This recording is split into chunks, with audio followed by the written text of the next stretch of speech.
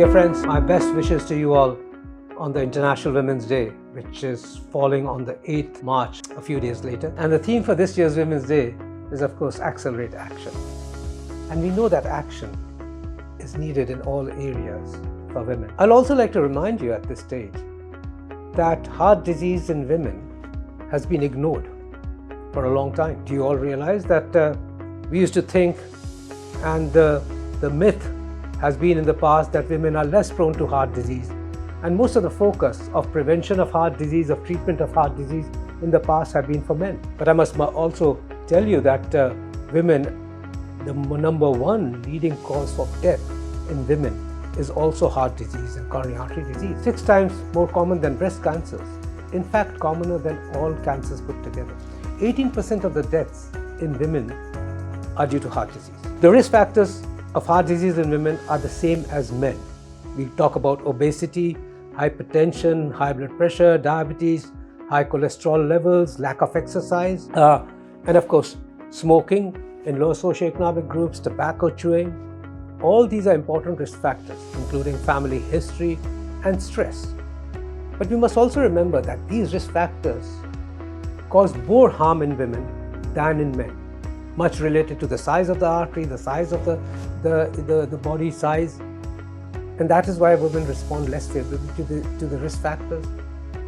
And it is important for women to take care of the risk factors, even to a greater extent, so that they don't have coronary artery disease. What is also important to understand is that the symptoms of heart disease, the heart attacks, are very different in men. While most men may complain of severe chest discomfort, which is easily understandable, going down the arm during walks, etc., in women it can just be ghabrahat, it can be breathlessness, it can be sweating, nausea, vomiting, atypical symptoms. It's also been noticed that women tend to ignore themselves and, of course, give priority to their family first, put themselves last. And that is one of the most important reasons why they do not get health checkups done regularly. The disease is often advanced when they go for a diagnosis, and their response to treatment, it has been noticed, has also been very poor.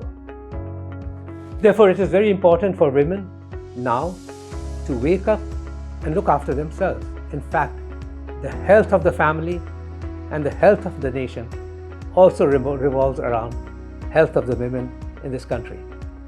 So do look after yourselves, have regular checkups done, give priority to your own health, and make sure that any disease process is prevented or diagnosed early and taken care of timely, so that best outcomes can be achieved and we can decrease this scourge of coronary artery disease even in women.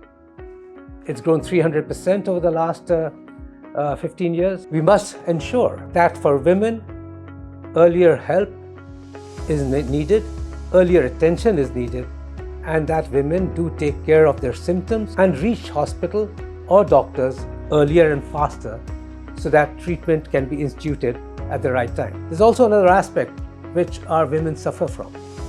Lack of activity, therefore leading to obesity, and that has increased immensely over the last 15 to 20 years.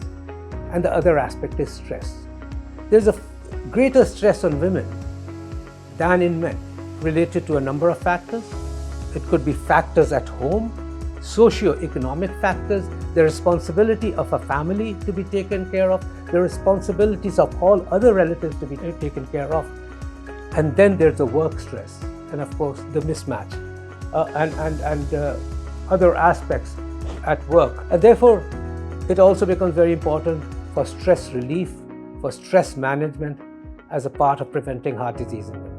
So all in all, I think it's called for action from all spheres. We have to prevent heart disease in women. We have to prevent the biggest killer, which is heart disease in women. And we must take early action and empower women to understand that coronary artery disease is the most important killer even in women, and that early help, early attention to symptoms, early diagnosis, and early attention to treatment can decrease the effect of heart disease in women. In the same breath, I must urge the male family members also to be responsible towards women towards the ladies in the house and to ensure that ladies are taken for regular checkups, for diagnosis, and for treatment, just as they would do it for themselves or any other member of the family. So giving priority to ladies is a responsibility of all men in the family.